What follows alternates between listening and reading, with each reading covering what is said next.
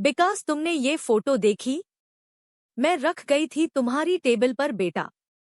Mummy ने कहा तो विवान अनमना सा बोला, माँ, मना तो किया था आपको। अभी मुझे शादी में कोई इंटरेस्ट नहीं। प्लीज मुझे फोर्स न करें।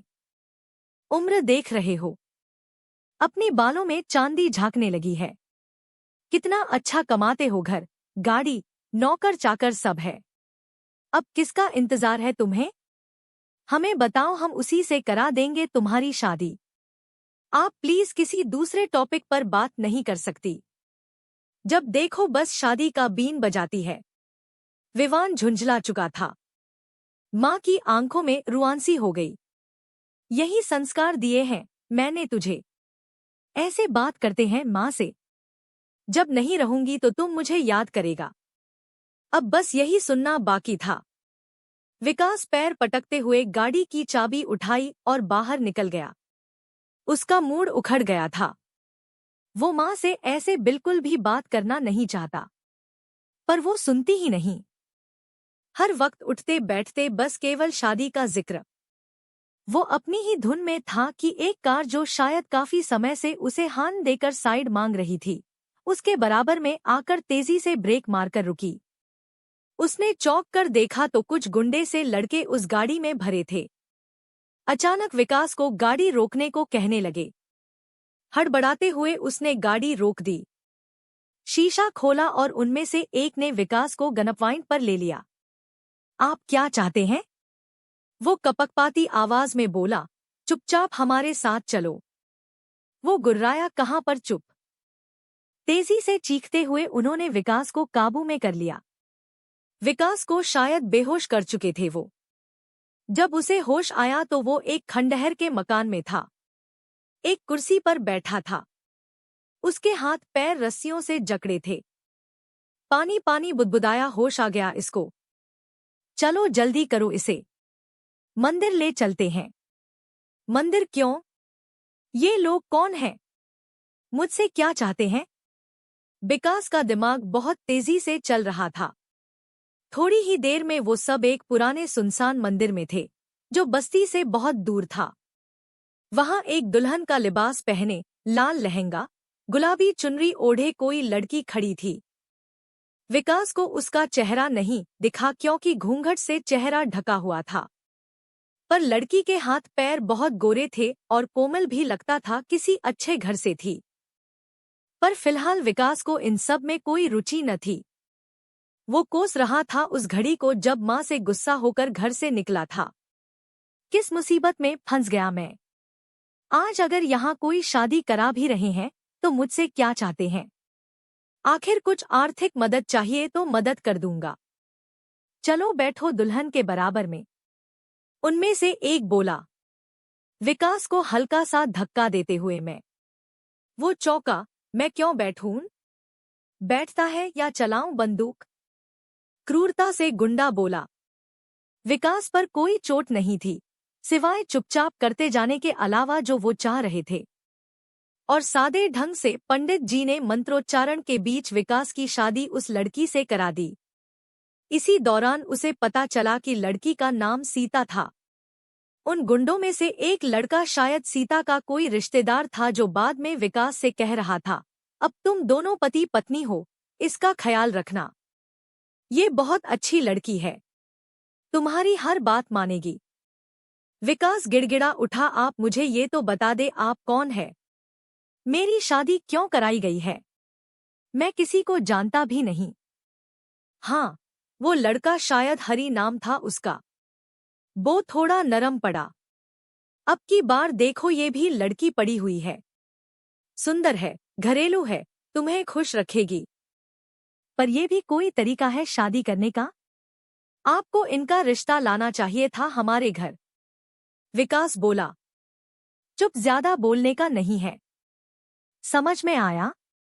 वो फिर चिल्लाया। कहा, एक बार इस लड़की को इसकी माँ किसी के हाथ बेच रही थी।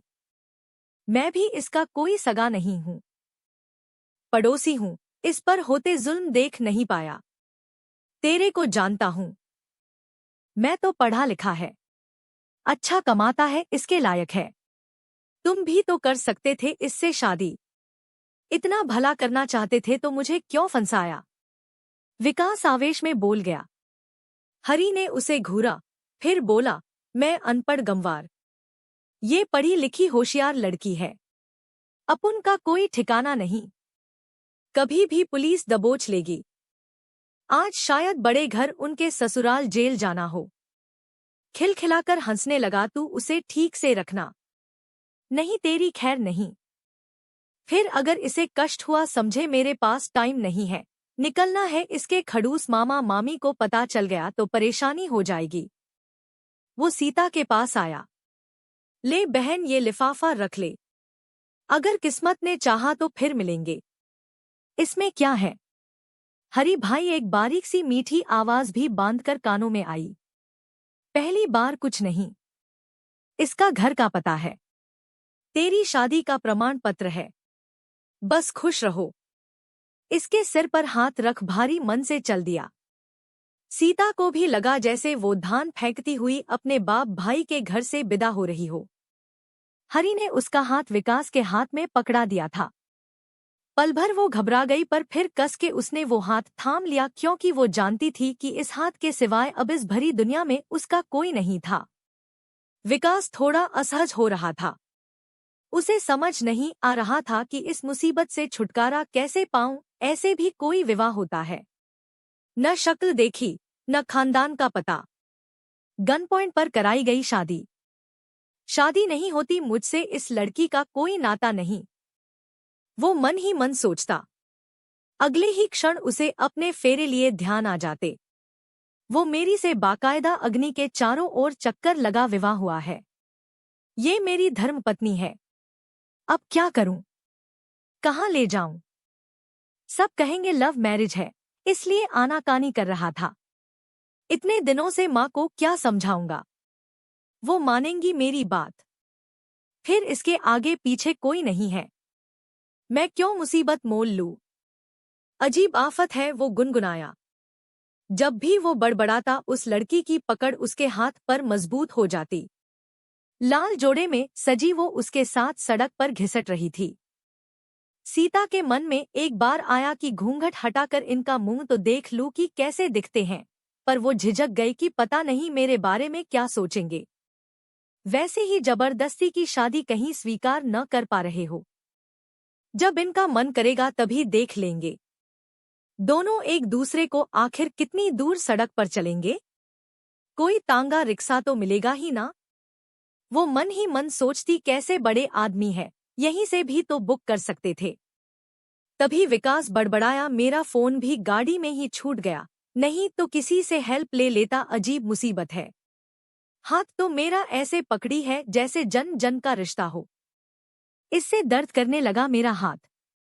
उसने उसे हाथ छुड़ाना चाहा, पर पकड़ में जरा सी ढील नहीं थी। 2 मिनट रुको, मैं पीसीओ से कॉल करके आता हूँ। अभी पहली बार वो कुछ बोला तो सीता ने उसका हाथ ढीला कर दिया। उसके जान में जान आई और वो तीर की तरह निकलकर दौड़ा। पास के टेलीफोन बूथ पर वही एक टैक्सी जा रही थी। उसने हाथ हिलाया और टैक्सी रुक गई। 1 मिनट को झिझका, फिर सिर झटक कर बैठ गया। वो लड़की उसकी आंखों से ओझल होने लगी। टैक्सी तेजी से सड़क पर दौड़ने लगी। उधर सीता बेचैनी से उसका इंतजार कर रही। सीता का दिल घबराने लगा था। अब कहाँ चले गए? इतनी देर क्यों लग रही है उन्हें? ठीक तो है ना? वो कहीं चले तो नहीं गए मुझे छोड़कर? उसका जी धक से रह गया। नहीं नहीं, वो ऐसा नहीं करेंगे। क्यों नहीं कर सकता? वो तेरा सगा लगता है। सीता के मन के अंदर से आवाज आई। उन्होंने मेरे संग अग्नि के साथ फेरे लिए हैं। वो तो जबरदस्ती के थे ना। वो क्यों मुझे अपनी पत्नी मानेंगे? सीता का मन ही मन मचला जा रहा था। अचानक एक भिखारी उसके पास आकर खड़ा हो गया। वो ललचा कर उसके महंगे साड़ी के जोड़े और उसकी खूबसूरती को निहार रहा था। उसकी आंखों में अजीब सी भूख और चमक थी जिसे देख सीता डर गई। घबराकर उसने आंखें बंद कर ली। फिर एकदम उसे ध्यान आया। चलते हुए हरी भाई ने एक लिफाफा दिया था उसे, जिसमें उसके दूल्हे के घर का पता और फोन बता रहे थे। वो शायद उम्मीद की एक किरण उसके दिमाग में कौंधी। उसने वो लिफाफा खोला। उसमें कुछ चमकदार नए नोट थे और एक पत्र भी जिसमें उसके पति से संबंधित जानकारी थी। उसकी आंखों में खुशी की लहर दौड़ गई। अब शायद वो उस तक पहुंच सकती थी। वो पत्र पढ़ने लगी। हरी भाई ने रुपए उसे उपहार स्वरूप दिए थे। वो भावुक हो गई। उसकी आंखें छलछला आई। तभी उस भिखारी ने उसके हाथ पर झपट्टा मारा और उसके रुपए और लिफाफा लेकर चौपट हो गया। सीता की तो मानो पूरी दुनिया ही लूट पिट गई। वो अभी पूरा खत पढ़ भी नहीं पाई थी। उसका एड्रेस और नाम को कैसे पता लगाऊं? उसकी आंखों के सामने अंधेरा छा गया। वो चकराकर वहीं गिर गई। जब सीता को होश आया तो एक ऑटो वाला उसके पास खड़ा था। क्या हुआ बहन, तुम बेहोश कैसे हो गई? सीता उसे देखकर डर गई। रोने लगी थी वो। अपनी बदकिस्मती पर क्यों रो रही हो बहन? तुम्हें कहाँ जाना है? चलो मैं छोड़ दो, दुल्हन के लिबास में क्यों हो तुम? तुम्हारे घरवाले कहाँ हैं? सीता फूट फूट कर रोने लगी। मेरा कोई घर नहीं, मैं अनाथ हूँ। मेरे पति ने मुझे छोड़ दिया। शादी के ही दिन ऑटो वाला आंखें फाड़े उसे देखने लगा। कौन आदमी ऐसा होगा जो इस अप्सरा जैसी दुल्हन को छोड़ेगा? सीता उसकी निगाहों से डर गई। तुम चाहो तो मेरे साथ मेरे घर चलो। वो बोला, नहीं, मैं रेलवे स्टेशन पर जाना चाहती हूँ। आप छोड़ देंगे मुझे? पर आपको देने के लिए मेरे पास पैसे नहीं हैं। बेप्सी से बोली वो। जब तुम पर पैसे नहीं तो कहाँ जाओगी बहन? मुझ गरीब भाई के साथ चलो। जो रूखा सूखा मैं खाता हूँ, तुम भी खाना। सीता की आंखों में डर, अविश्वास और संदेह था, पर वो मना न कर सकी। एक बहुत छोटी बस्ती में उस ऑटो वाले का घर था। उसकी पत्नी ने अपने पति को एक अनजान लड़की के साथ देखा तो चौंक गई। ये दुल्हन के भेष में कौन है? अब सवारियों को भी घर लाने लगे तुम? उसने परिहास किया। पति से वो उसे एक तरफ ले गया और फुसफुसाया, सुन भगवान, बहुत दुखियारी दिखती है ये। आज ही शादी हुई और इसका पति उसे छोड़कर भाग गया। किसी अच्छे घर से दिखती है। इसका पैसा पत्र जिसमें उसका नाम पता था वो भी कोई चोर छीन कर भाग गया। कुछ दिन दे देते हैं, कुछ सुराग मिला इसके पति का तो चली जाएगी यहाँ से। किरण को यह बात सही लगी। अपने पति मोहन से बोली, कोई बात नहीं, हम भले ही ऑटो चलाकर पेट पालते हैं। गरीब हूँ लेकिन इन बड़े लोगों की तरह संगदिल नहीं है। आज भी घर आए अतिथि का सत्कार करना जानते हैं आप? निश्चिंत रहो, मैं उसका पूरा ध्यान रखूंगी। सीता को उसने कपड़े बदलने को दिए, चाय पिलाई। तीनों ने मिलकर खाना खाया। सीता को बहुत संकोच हो रहा था कि उसकी वजह से उन्हें इतनी परेशानी हो रही थी, पर वो विवश थी। अगले ही दिन उसने किरण से कहा, आप मुझे भी कोई काम दिलवा दो। मैं घरों में सफाई, बर्तन कुछ भी करूंगी पर किसी पर बोझ न बनूंगी।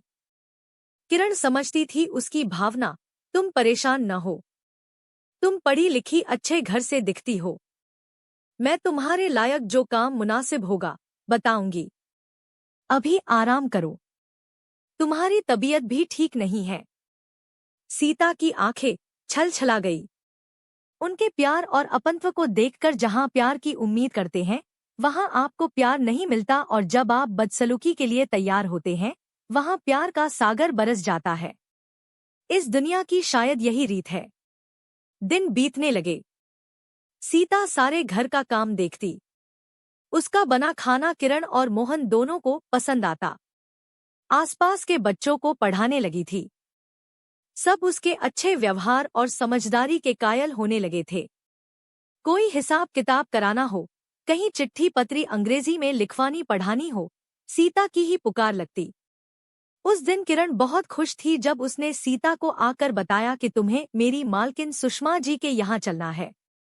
उन्हें अपने बच्चे की देखरेख के लिए पढ़ी लिखी मित्र चाहिए। मैंने तुम्हारा जिक्र किया और वो तैयार हो गई। सारे दिन के लिए वहीं रहना है। 10,000 तक भी दे देंगी अगर तुम पसंद आई तो। सीता ने भगवान का शुक्र किया और आंखों में सपने सजाकर अगली सुबह का इंतजार करती सो गई। अगले दिन सुबह सीता सबसे पहले उठकर तैयार हो गई थी। साधारण से सूट में उसका सौंदर्य खिलकर निखर रहा था। तुमने नाश्ता खाना सब बना लिया? बहन किरण खुश होकर बोली। मुझे खुशी के मारे रात भर नींद न आई। बार बार यही लगता कि मैं आपके साथ काम पर जा रही हूँ। किरण बोली, चलो अब चलते हैं। मालकिन इंतजार कर रही होंगी। थोड़ी देर में वो दोनों एक शानदार कोठी के सामने खड़ी थी। किरण ने बताया उसे कि ये लोग संयुक्त परिवार में रहते हैं। नीचे सुषमा मालकिन है और ऊपर फर्स्ट फ्लोर पर उनकी देवरानी रहती है। बड़े भले लोग हैं। सुषमा जी ने सीता को ऊपर से नीचे तक गौर से देखा। क्या नाम है तुम्हारा? जी, सीता ने कहा तो किरण की आंखों में आश्चर्य के भाव तैर गए, पर आंखों ही आंखों में उसने उसे चुप रहने का इशारा किया। सुनिए ना, हम किरण बता रही थी, तुम पढ़ी लिखी हो जी, ग्रेजुएशन किया है, फिर कोई अच्छी सर्विस क्यों नहीं करती? आंखें झुकाए थी वो। किरण की रिश्तेदार हो, गांव से आई हो जी। वो बहुत ही धीमी आवाज में बोली। देखो, हमारी बहू के 2 बच्चे हैं, उन्हें पढ़ाना भी है, देखभाल भी करनी है। अच्छा काम करोगी तो काम तनख्वाह और बढ़ा देंगे। सुषमा जी बोली, आपकी बड़ी मेहरबानी होगी। किरण और वो एक साथ बोल पड़ी, कल अपना सामान ले आना, सामने वाला कमरा तुम्हारे रहने के लिए है। इशारा करते हुए वो बोली। उस दिन सीता की खुशी का ठिकाना न था। किरण ने उसे अलग होते ही पूछा, अपना नाम दूसरा क्यों बताया तुमने, जिससे मेरी पहचान छिपी रहे? आज भी उसे अपनी मामी का डर था मन में। बहुत जल्दी ही सुहानी ने वहां सबका दिल जीत लिया। वो उनके दिए अच्छे कपड़े पहनती तो बहुत सुंदर दिखती। काम के नाम पर वो 2 बच्चों के संग खेलती, उन्हें पढ़ाती, उनके संग अंग्रेजी में बात करती। सुषमा जी आश्चर्य में पड़ जाती। किसी भी दृष्टिकोण से ये गरीब घर की लड़की नहीं लगती। शायद कोई वक्त की मारी है। जब भी वो उससे कुछ पूछना चाहती वो टाल जाती। सुषमा जी की देवरानी शीला एक दिन उनके पास आई। सुहानी को देखकर दंग रह गई। कितनी प्यारी लड़की है, इसकी बोलचाल रूप रंग बता रहा है। ये कोई बड़े घर से संबंध रखती है। वो खुद बहुत परेशान थी किसी मैडम के लिए। उन्होंने पूछा, भाभी आपकी इजाजत हो तो इसे कुछ समय के लिए मेरे पास भी भेज दिया करें। कोई नहीं, जब बच्चे स्कूल जाएंगे ऊपर के काम कराएगी। तुम्हें तो कोई आपत्ति नहीं, एक्स्ट्रा पैसे दे देंगे उसको, सुषमा जी बोली। फिर उसने देवरानी शीला के पास भी जाना शुरू कर दिया। दरअसल कुछ ही दिनों में उनका पथरी का ऑपरेशन होना था। उन्हें कोई हेल्पर चाहिए थी। घर में इतनी काबिल समझदार मैडम रहती हो तो बाहर से क्यों बुलाएं? एक दिन उन्होंने सुहानी को अपने बेटे विकास के कमरे में चाय देकर आने को कहा। चाय ले लीजिए सर, उसने कहा तो विकास को जैसे कोई पहचानी सी आवाज कान में आई। उसने चौंक कर देखा, पर ये कोई नई मैडम आई थी घर में। वो पल भर उसे देखता रह गया। कितना आकर्षण था इस लड़की में। बड़ी बड़ी डरी हुई हिरनी सी आंखें, गुलाबी होंठ, गोरा रंग, काली नागिन सी लहराती छोटी सुहानी उसके जैसे देखने से घबरा गई। लेकिन पता नहीं क्यों उसे पहली बार किसी का घूरना बुरा नहीं लग रहा था। वो कांपती आवाज में बोली, कुछ और लेंगे चाय के साथ? नहीं नहीं थैंक्स, वो हड़बड़ा गया जैसे कोई चोरी पकड़ी गई हो। विकास भी जिस दिन से अपनी तथाकथित दुल्हन को अकेला छोड़कर भागा था, चैन नहीं पा सका था। हर पल उसके मन में कचोट उठती थी कि उसका क्या हुआ होगा, वो कहाँ कहाँ भटक रही होगी। ऐसा नहीं है कि वो सिर्फ सोचता ही था उसके बारे में। उसने उसे ढूंढने की भी कोशिश की दोबारा, पर वो कहीं न मिली। वो किसी को बता भी तो नहीं सकता था इस बारे में, और बताता भी तो क्या? क्या ये कि मेरी अपहरण कराकर किन्हीं गुंडों ने शादी करा दी थी? या ये कि मैं अपनी नवविवाहिता को सड़क पर अकेले छोड़कर भाग आया हूँ? अभी जिस किसी रात को सोते सोते उसे सपना दिखता कि वो दुल्हन बनी लड़की उसके पैर पकड़कर गिड़गिड़ा रही है कि मुझे अकेला न छोड़े। सपने में वो कोशिश करता कि उसकी शक्ल देख ले, वो कोशिश करता पर इतने में ही उसका सपना टूट जाता। अब उसे लगता था काश उसने उसकी शक्ल ही देख ली होती। एक बार नाम तो शायद सीता था उसका, उसके भाई हरि ने ही नाम लिया था। विकास से कहाँ ढूंढे सीता, वो भी तो पढ़ी लिखी है, यही बता रहा था। उसका मुंह बोला भाई कुछ प्रयास क्यों नहीं कर लेती। लेकिन मेरा नाम पता शक्ल सूरत नहीं देखी थी बेचारी ने, क्या पता करेगी फिर वो खुद पर ही गुस्सा होता मुझे, क्यों वो इतना याद आती है, मेरी क्या गलती है। मैंने थोड़े ही कहा था मुझसे शादी करो। कई बार विकास को लगता कि ये घटना उसे पागल ही न कर दे। एक तरफ माँ का प्रेशर शादी करने का और दूसरी तरफ उस लड़की की अंतहीन यादें। अचानक उसे हंसी आ गई इन दोनों चीजों के बीच में। ये आज अचानक इस नई मैडम का आना और उसके दिल में हलचल मचा देना।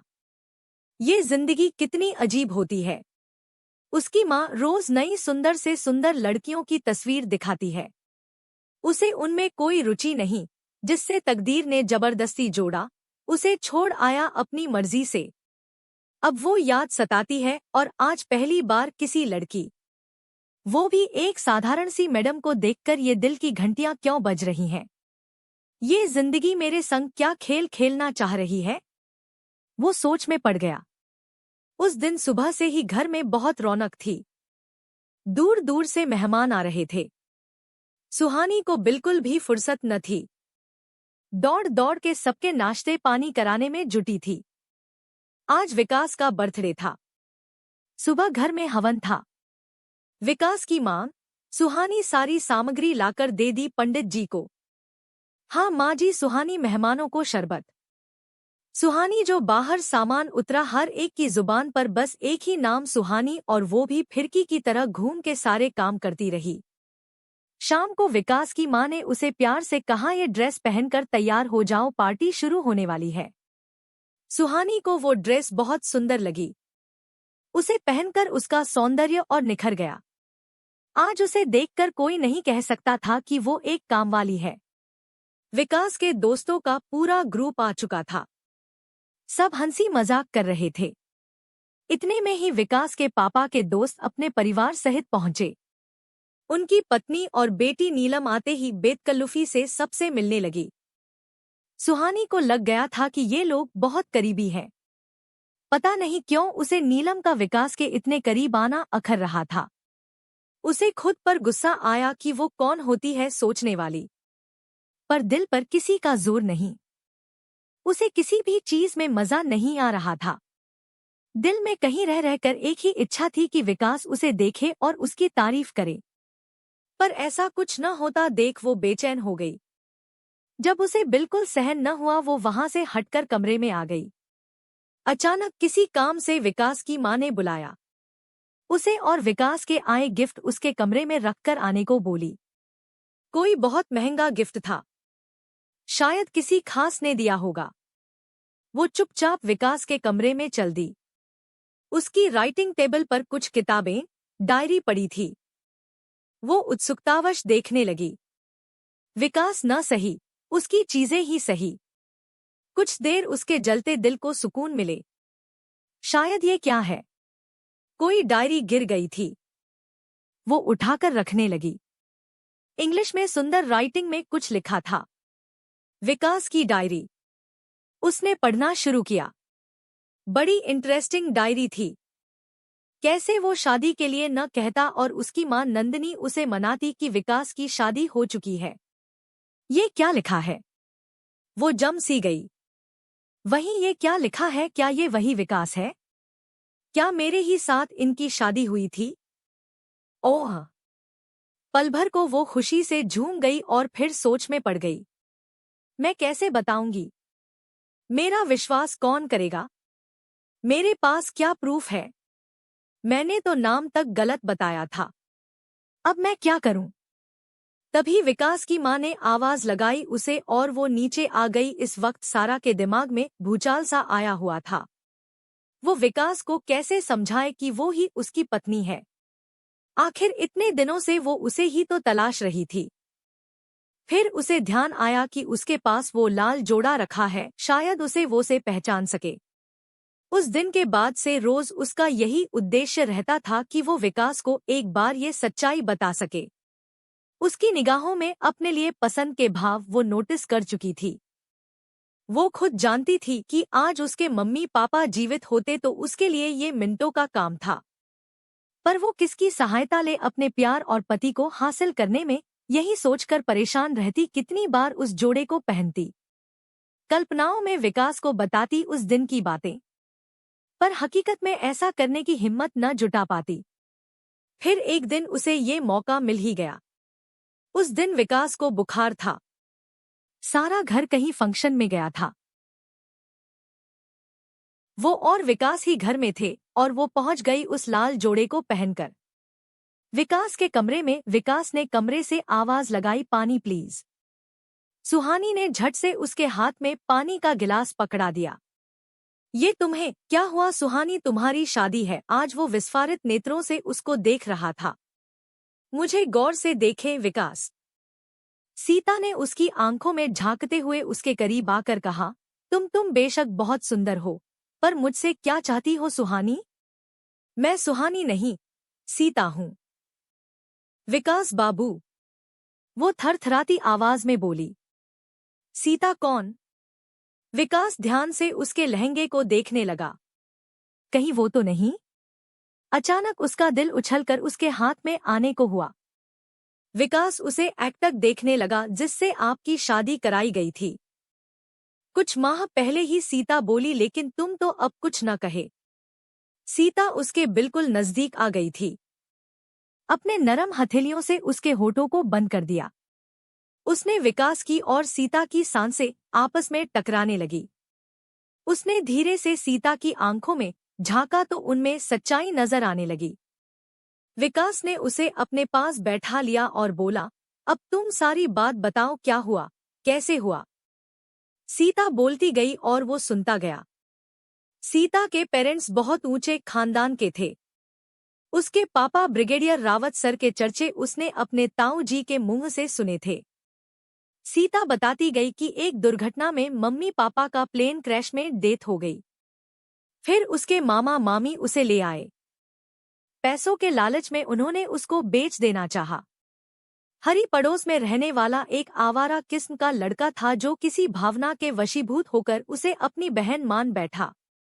उसी ने उसे वहां से मुक्त करने के लिए ये प्लान बनाया था। विकास ने उसे विश्वास दिलाया कि वो घबराए नहीं, वो अपने पेरेंट्स को मनाने की कोशिश करेगा। इतने में ही विकास की मां कमरे में आ गई। उन दोनों के हालातों में देखकर उसका दिमाग घूम गया। आप कैसे आ गई? दरवाजा तो लॉक था। मां के पास दूसरी चाबी रहती है। विकास जानता था मैं कैसे आ गई।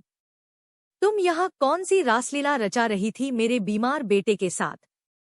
बेशर्म लड़की शादी के जोड़े में उसे रिझा रही थी।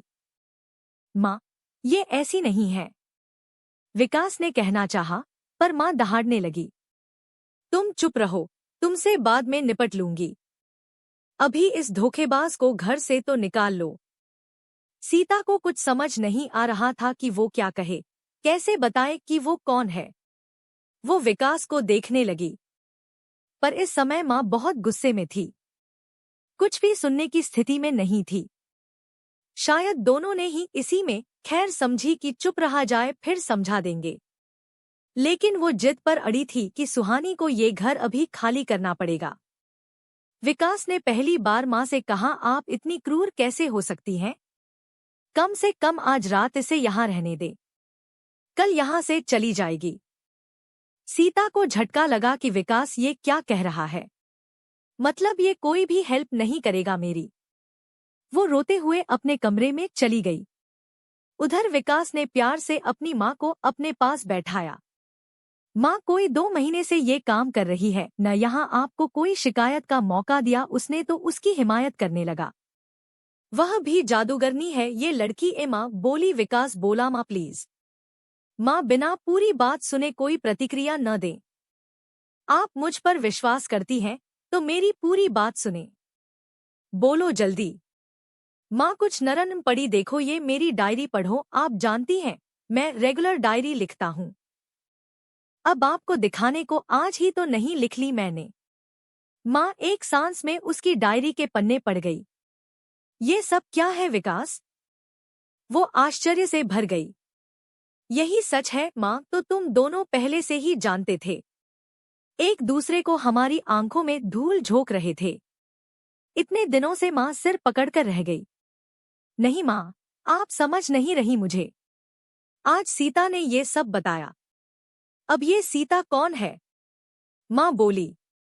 मतलब सुहानी, इसका असली नाम सीता ही है। वो बोली बेटा, मैंने धूप में बाल सफेद नहीं किए तो क्यों नहीं कह देता कि तू उसके जाल में बुरी तरह फंस चुका है। कहकर माँ रोने को हो आई। माँ मुझे आपसे ये उम्मीद न थी। ठीक है, अगर आपको फ्रॉड लगती है तो निकाल दीजिए कल घर से, लेकिन साथ ही आप अपना बेटा भी खो देंगी। धमकी दे रहा है अपनी माँ को। तू भी चला जाएगा उसके साथ। नहीं माँ, मैं और किसी से शादी नहीं करूंगा, वो मेरी पत्नी है। मैं कब से उसे ही ढूंढ रहा था। फिर उसका घर परिवार भी बहुत प्रतिष्ठित है। वो अलग बात है कि इसके सगे लोगों ने ही इसके साथ धोखा किया है और अब हम भी, वो सब पर बहुत भारी थी। सीता रो रही थी कि कल ये घर, उसका अपना घर, ससुराल छोड़ना पड़ेगा। पता नहीं किस्मत कहाँ ले जाएगी। अब विकास को समझ नहीं आ रहा था कि माँ को क्या हो गया। क्यों नहीं समझ रही? साधारण सी बात, वैसे तो क्लब में जाकर स्पीच देती है, कितनी अनाथ लड़कियों का कन्यादान भी करती है। आज अपनी ही बहू को स्वीकारने में ये झिझक कैसी? और एक तरफ खुद भी नहीं थी। क्या करूं? लग तो रहा है विकास और सीता सही कह रहे हैं। कभी कोई ऐसी हरकत नहीं की इसने जिससे उस पर शक हो। सुंदर है, संस्कारी है, पढ़ी लिखी है, अच्छे घर की भी है। और क्या चाहिए मुझे? अगली सुबह सीता एक बैग में 3-4 जोड़ी कपड़े डालकर माँ के कमरे में पहुंची। उसकी आंखें सूजकर लाल हो रही थी, लगता था पूरी रात रोई थी। धीरे से बोली, जा रही हूं ना, हो सके तो माफ कर देना। कहाँ जाओगी? वो कड़क आवाज में बोली, जहां किस्मत ले जाएगी। वो खोई सी बोली, किस्मत तो ले आई है न तुम्हें, तुम्हारे घर, तुम्हारे अपने घर। क्या? सारा ने चौंक कर उन्हें देखा। विकास की मां ने अपनी बाहें फैला दी और सीता को अपने सीने से लगा लिया। वो धीरे धीरे उसके बाल सहलाने लगी। अब कहीं नहीं जाना बेटा, कब से इस घर को सिर्फ तेरा इंतजार था। मेरे विकास को संभालो। अब दोस्त सीता को अपना पति, प्यार, घर बार सब कुछ मिल गया। सीता खुशी खुशी रहने लगी। तो भाई और बहनों, यह कहानी कैसी लगी कमेंट करके जरूर बताएं और वीडियो को लाइक और चैनल को सब्सक्राइब कर ले। अपना कीमती समय देने के लिए शुक्रिया।